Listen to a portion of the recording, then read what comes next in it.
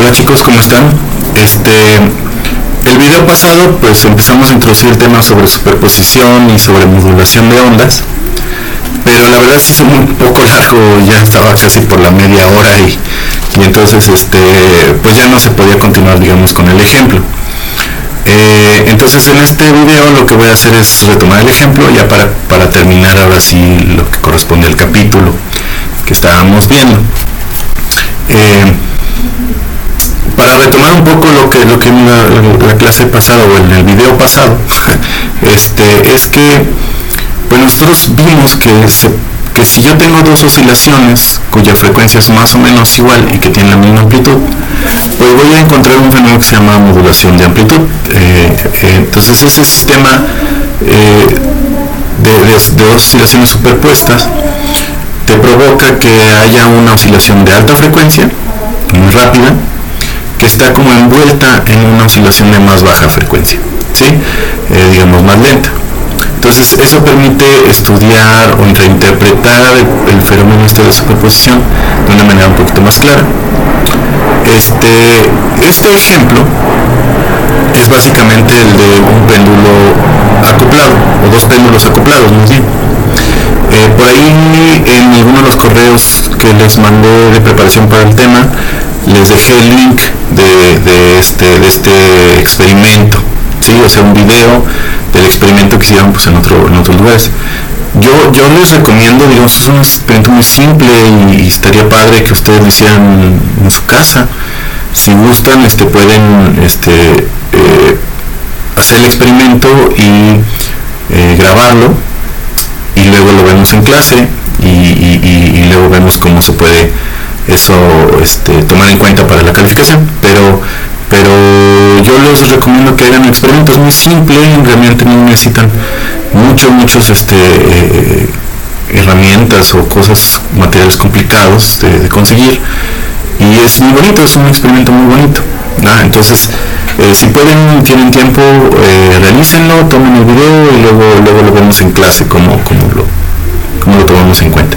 Si no, bueno, pues ya les dejé el video donde alguien más ya hizo el experimento y se puede ver lo esencial de lo que se observa en este caso, en este sistema físico,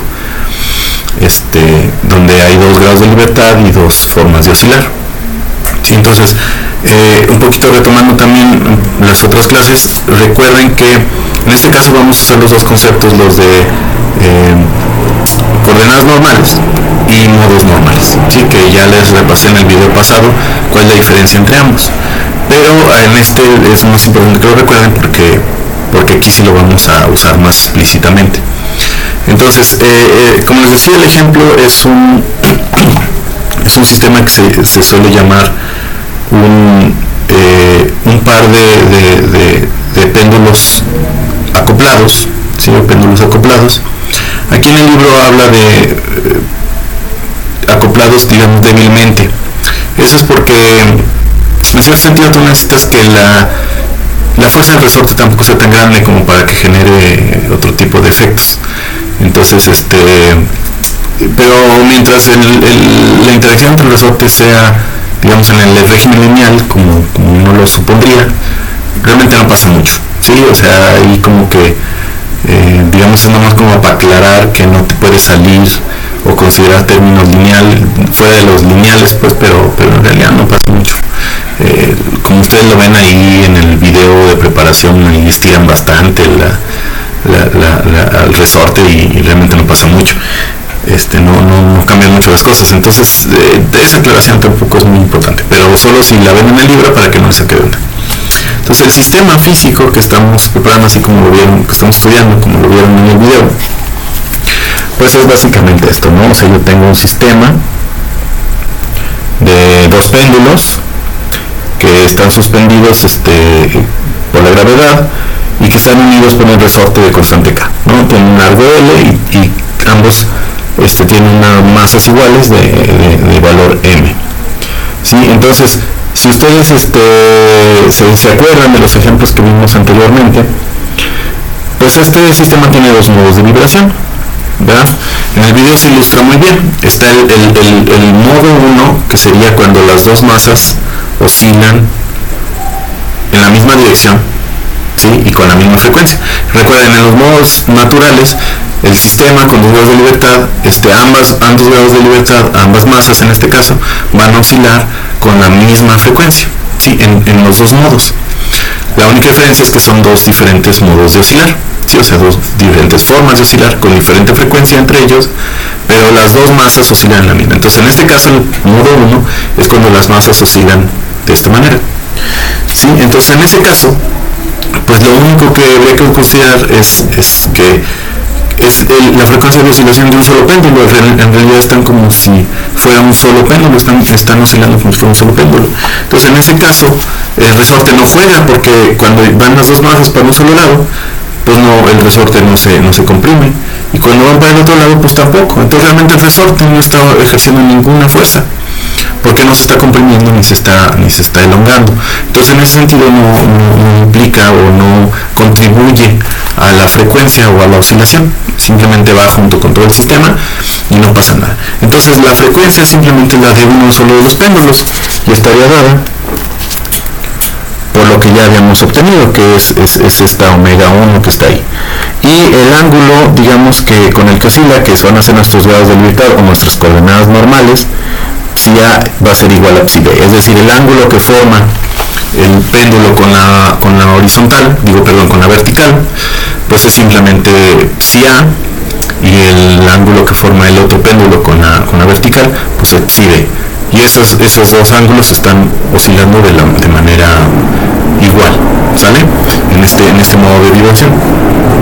El otro modo natural de oscilación es el que es cuando tienes los dos péndulos y uno se acerca al otro. Es decir, cuando hago esto, entonces el péndulo A, digamos, su ángulo crece, y el péndulo de su ángulo decrece. Entonces son negativos en la misma magnitud. En ese caso, como se ilustró en el video, pues los péndulos empiezan a vibrar de esta manera, ¿no? Ambos vibran con la misma frecuencia, ¿sí? Solamente que en direcciones opuestas. Entonces es el otro modo natural de oscilación. Ambos con la misma frecuencia, sin embargo, estas coordenadas normales oscilan en sentido contrario. Aquí, si se fijan, ya el resorte sí está jugando un papel, porque cuando yo comprimo esto, pues entonces el resorte genera una fuerza de respuesta, ¿sí? Una fuerza restauradora, y eso provoca que la frecuencia con la que oscilen no sea la frecuencia natural de los péndulos, ¿sí? Como en el caso del modo 1. En ese caso ya la oscilación también va a ser una oscilación, digamos, en el eje X, provocada por el resorte, como si yo tuviera dos masas amarradas a un resorte, y entonces estas vibran más o menos de esta manera. Entonces yo voy a tener una combinación de esta oscilación provocada por el resorte más la oscilación provocada por la gravedad por los péndulos. Entonces, en ese sentido, yo puedo pensar que simplemente son dos oscilaciones igual diferentes, una es, digamos, en Y otra es en X, y entonces la frecuencia pues simplemente va a ser una superposición o una suma de ambas frecuencias. Entonces, si toman en cuenta la fuerza restauradora, que es esa combinación de esas dos fuerzas, pues les va a quedar que la frecuencia de ese modo, la frecuencia omega cuadrada 2, pues va a ser simplemente la fuerza, la que está asociada con la fuerza restauradora del péndulo, y la fuerza que está acoplada a la fuerza del resorte, que son esos. Entonces mi frecuencia omega 2 va a ser la suma de esas dos contribuciones para la frecuencia. Y por supuesto, en las coordenadas normales pues van a estar oscilando de manera contraria, ¿va? Entonces, ya tengo los dos modos normales. Entonces, lo único que tengo que hacer para escribir cualquier otra oscilación del sistema es hacer una superposición de esos dos modos normales, ¿sí? Entonces, pues generalmente la solución para un caso general puede ser la suma de esos dos modos normales, ¿no? Entonces, la oscilación digamos, de la masa A, pues va a ser una suma de estos, y la de masa B va a ser algo parecido. En algunos de los ejemplos que les encargué en sesiones pasadas, vieron cómo se pueden describir las coordenadas normales para este tipo de sistemas. Entonces, en este caso, van a ser superposiciones de los dos modos normales. Los dos modos normales están denotados por psi1 y psi2, ¿sí? Recuerden, esos modos normales oscilan a la misma frecuencia, ¿sí? psi 2 con omega frecuencia omega 2. Entonces, en coordenadas normales, que serían psi A y psi B, ¿sí?, yo las puedo escribir de la siguiente manera, como está aquí en estas ecuaciones, ¿sí? Eso lo pueden observar en uno de los ejemplos que vienen en secciones anteriores, pero aquí se las pongo otra vez para que las recuerden, ¿sí? Entonces las soluciones más generales son esas, ¿sí? Para la coordenada o para la masa A, pues la psi A está escrita de esta manera, y para la masa B o la psi B, digamos, está para esta otra manera.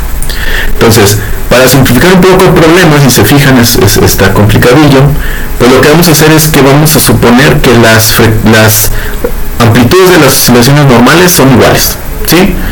Eso es normal de suponer, porque la forma en como yo preparo, digamos, el sistema, pues me permite suponer eso. O sea, al final de cuentas, yo cuando hago esto con los dos juntos, pues los dos tienen la misma amplitud, ¿sí? Y oscilan con la misma amplitud.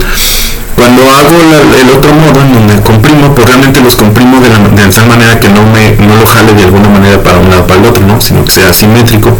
Entonces eso me permite que las amplitudes sean iguales para ambos. Entonces, más que una suposición, realmente es una condición del problema, o digamos, de los modos normales de vibración. Si yo me salgo un poquito de esas condiciones, pues me voy a salir de los modos naturales de vibración. Entonces, más que una suposición, es una condición del problema.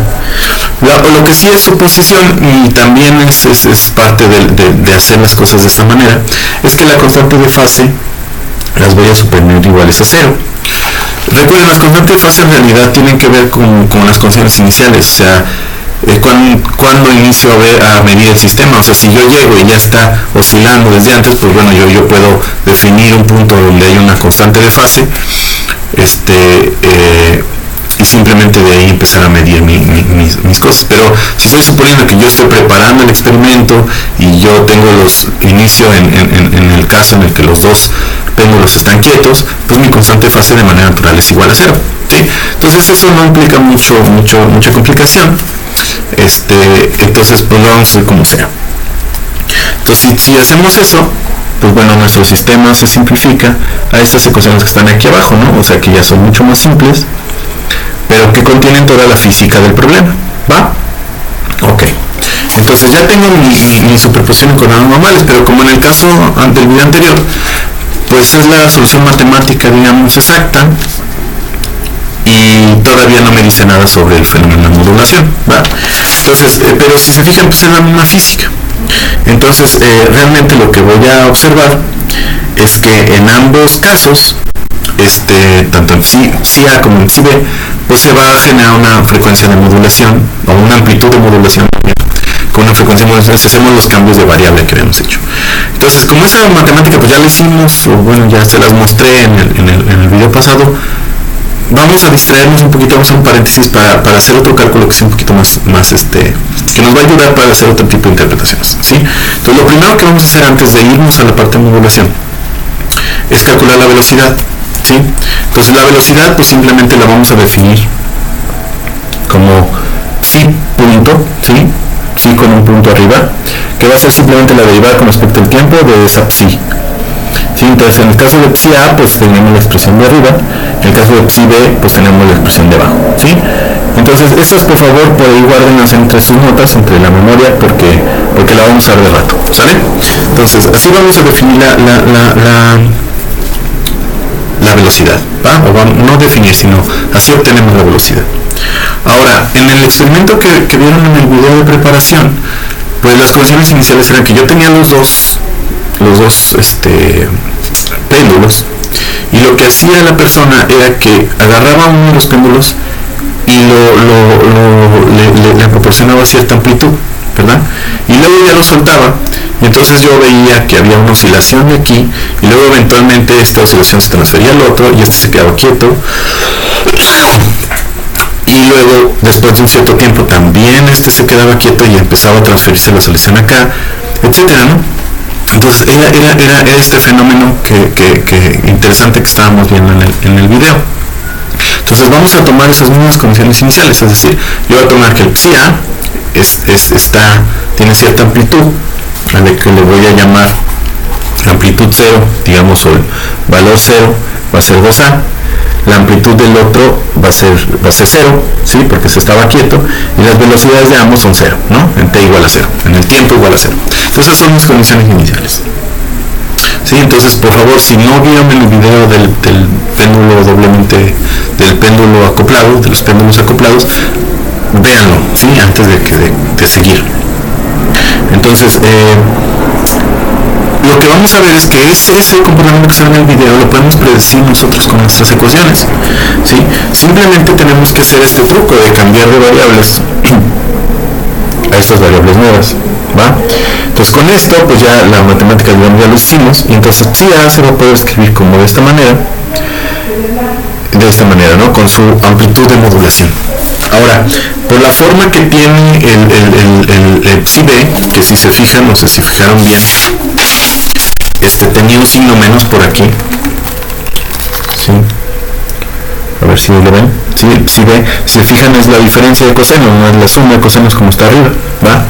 Entonces, por ese menos, pues las cosas van a cambiar un poco. Ahora mi psi b, cuando haga todo el tratamiento de la modulación, voy a ver que va como senos, ¿sí? Por esa diferencia. Es decir, ahora mi amplitud de modulación, que le voy a llamar b mod, va como un coseno. Pues, ¿qué es lo más importante de esto? Bueno, que las dos oscilaciones están fuera de fase. Es decir, cuando el péndulo 1 pues tiene una amplitud, pues es como si empezara de 1, ¿no? La oscilación empieza de 1, como el coseno. Y entonces empieza a oscilar. Y entonces tiene que pasar un periodo de oscilación, o medio periodo de oscilación, o sea, pi medios, para que el otro empiece a oscilar. ¿Sí me explico? Es decir, el péndulo B empieza en 0, su oscilación, son justamente como las condiciones iniciales. Y luego empieza en 0 y empieza a oscilar a partir de esa condición inicial. Entonces, si se fijan, esas ecuaciones ya nos describen lo que se ve en el video. O sea, el péndulo A, digamos, está oscilando, empieza a oscilar desde 1, y el otro empieza en 0, y empieza a oscilar poco a poquito hasta que de pronto se detiene, y está en su máximo de oscilación, ¿va? Que es el coseno. Entonces, esa diferencia de fase, si se acuerdan, el seno y el coseno están desfasados 90 grados. Entonces, justamente lo que se observa en el video, ese cambio o la transferencia entre esas dos oscilaciones, se puede describir con estas ecuaciones, dado que uno de ellos está desfasado pi medios, ¿sí? La oscilación del B está desfasado pi medios, o lo que sería el periodo, pues medio periodo, ¿sí? Que va a estar relacionado con la frecuencia de modulación, ¿sí? Ese desfase van a estar relacionados con la frecuencia de modulación y la frecuencia promedio. Ambas frecuencias van a estar desfasadas, en el caso A y en el caso B, ¿va? Sin embargo, son las mismas frecuencias. O sea, simplemente lo que cambia es que en realidad los dos péndulos vibran en la misma frecuencia, solamente que las funciones que los describen están desfasadas de manera matemática, digamos, de manera natural, de manera automática. Entonces, si se fijan, nuestras ecuaciones ya caben en este sistema que hicimos muy general. Cuando planteamos las ecuaciones, nada más supusimos que eran dos oscilaciones normales, y hicimos la matemática y vimos que había este fenómeno de modulación. Bueno, ahora en un sistema particular observamos que nuestra teoría general pues describe nuestro sistema particular. Entonces es una cosa de las que yo les decía en el video pasado, que es un mensaje importante, como al final de cuentas los modelos o los principios generales deben describir los fenómenos particulares, es decir, los experimentos particulares. Entonces es un mensaje bonito, ¿no? O sea, como al final de cuentas uno piensa de manera general, y entonces eso se traduce en describir un sistema particular. Digamos que, poniendo una analogía, a veces hacemos modelos que son como un traje hecho a la medida. El problema de un traje hecho a la medida es que solamente le queda a la persona que lo compró, ¿no? O que lo pidió. O un vestido hecho a la medida, ¿no? Solamente le queda a una persona. Mientras que hacer modelos generales es como, digamos, diseñar tallas, diseñar ropa para mucha gente. Tienes 3 tallas, chica, mediana y grande, y esa le cabe a un montón de gente. Entonces, digamos, lo que tienes que hacer es simplificar los parámetros para que eso le quede a más cosas, o sea, para que ese modelo pueda describir más cosas, ¿verdad? En lugar de hacer algo muy específico hecho a la medida. Eso permite entender entender más cosas con las mismas ecuaciones, ¿sí? Entonces, este ejemplo es bonito por eso. Ahora, si se acuerdan en el video, pues bueno, se van intercambiando las oscilaciones. Pero entonces, ¿qué está pasando? O sea, lo que uno puede ver es que entonces ambos pendulos están intercambiando energía de manera regular o de manera oscilatoria. Por conservación de energía, o sea, el sistema mecánico cerrado, completo, debería de conservarse la energía. Entonces esa oscilación, digamos, pues debe de mantenerse por siempre, pero sin embargo, si tomamos uno de los péndulos por separado, pues es claro que su energía no se está conservando, en el sentido de que oscila y luego se para, y luego espera un rato a que el otro oscile y luego se vuelve como que a agarrar impulso, ¿no? Entonces es una especie de transferencia de energía entre una y la otra, entre una y la otra masa de cada péndulo. El sistema se está retroalimentando de tal manera que un rato la energía la carga uno y un rato la energía la carga otro, aunque la energía total se conserva, ¿sí? Entonces para describir eso, vamos a retomar las derivadas que sacamos hace rato. Si ustedes se acuerdan, en una oscilación, pues de su clase de física 1, pues voy a tener momentos en donde la velocidad es máxima, ¿sí? Y entonces en ese momento la energía potencial es cero, y otros momentos en donde la amplitud es máxima y entonces la velocidad es cero, y por lo tanto la energía potencial es máxima, ¿no? Pero la suma de las energías pues siempre se conserva. Entonces en cualquier punto la suma de energía potencial y cinética es la misma, pero en esos puntos en particular pues todo es energía cinética o todo es energía potencial. Entonces vamos a tomar el caso en el que estamos en el máximo de la velocidad, y por lo tanto toda la energía es simplemente energía cinética, ¿va? Y por lo tanto pues simplemente con calcular la velocidad, multiplicarla al cuadrado, elevarla al cuadrado, multiplicarla por la masa y dividirla entre 2, ya tengo la energía total de esa masa, ¿va? Entonces, si hago eso, pues voy a obtener estas ecuaciones, que son la energía pues de la masa 1, ¿verdad? Que estaría dado como esto por la velocidad, ¿verdad? Que está dado de esta manera, y la energía 2 que estaría dada o la energía B que estaría dada por la ecuación de abajo, ¿sí? Entonces, si se fijan, desde ahí ya vemos que son oscilatorias. Se tiene esta haz de modulación, pues son funciones del tiempo, que al final de cuentas se traducen en que está oscilando la energía, ¿va?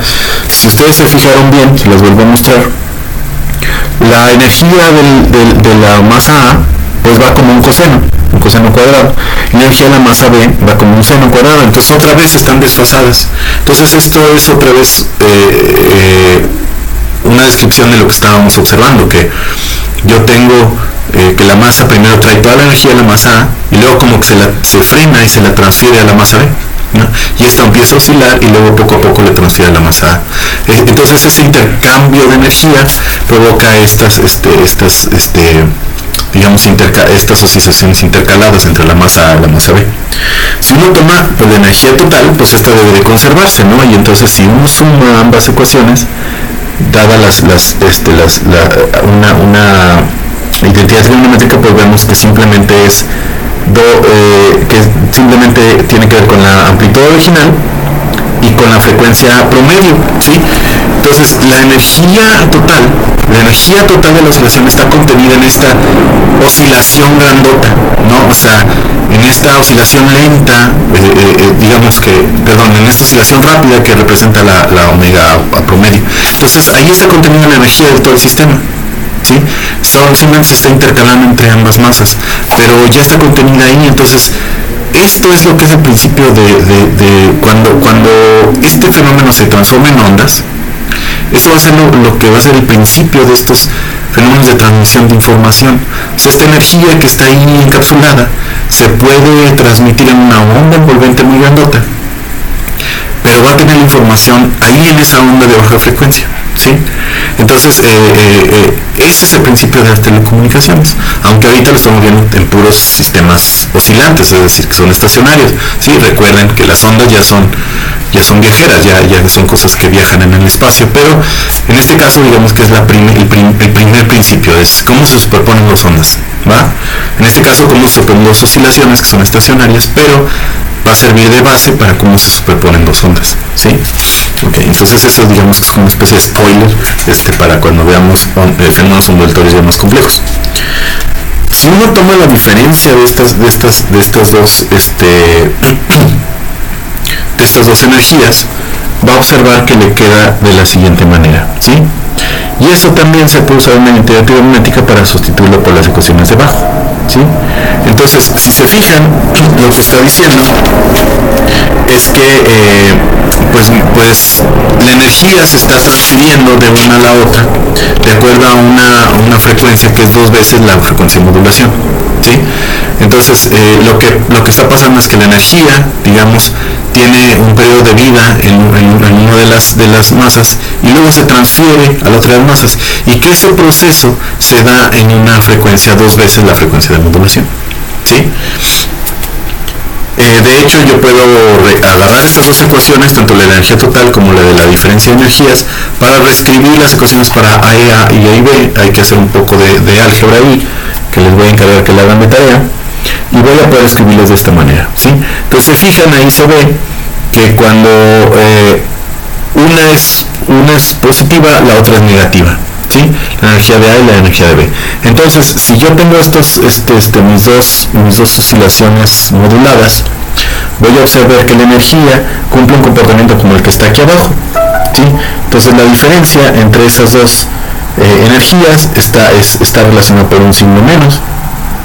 Y entonces, lo que observamos es que cada cierta frecuencia, la energía se regresa a la masa original, ¿sí? Que es lo que observamos en el video, o que se observa en el experimento. Primero empezamos con la masa A, digamos que está a una cierta amplitud, empieza a oscilar, empieza a transferir la energía a la otra, de repente esta separa, la A separa y la otra empieza a oscilar hasta un máximo, y después de un rato otra vez se regresa al estado original, ¿sí? Empieza a oscilar. Entonces, si se fijan, es fenómeno de modulación. Las frecuencias de modulación, que son las chiquitas, son las que están, perdón, las frecuencias de promedio, que son las chiquitas, son las frecuencias con las que están vibrando las masas individuales, ¿sí? Y la frecuencia de modulación, que es la frecuencia alta, o la frecuencia baja, digamos, la que es lenta, entonces es periodo en el que empieza una, le transfiere energía a la otra y luego la otra le regresa la energía. Ahí se cumple un periodo de la frecuencia de modulación, ¿sí? Entonces son dos oscilaciones superpuestas, es decir, las oscilaciones individuales de las masas que se amortiguan o se apagan y luego se vuelven a encender, digamos, y este periodo largo donde se da todo el proceso de intercambio de energía, ¿sí? Entonces, se fijan, este es un ejemplo muy bonito de cómo se puede observar el fenómeno de modulación. Observar, digamos, con los ojos.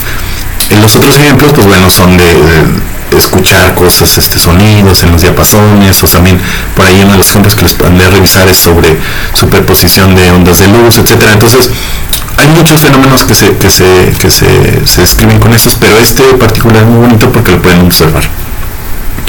Sí, entonces ya como nota final, por favor, si ya revisaron el video de preparación, vuelvan a ver ya con esta nueva información para que lo puedan con más calma, ¿sale? Bueno. Entonces estamos en contacto. Bye.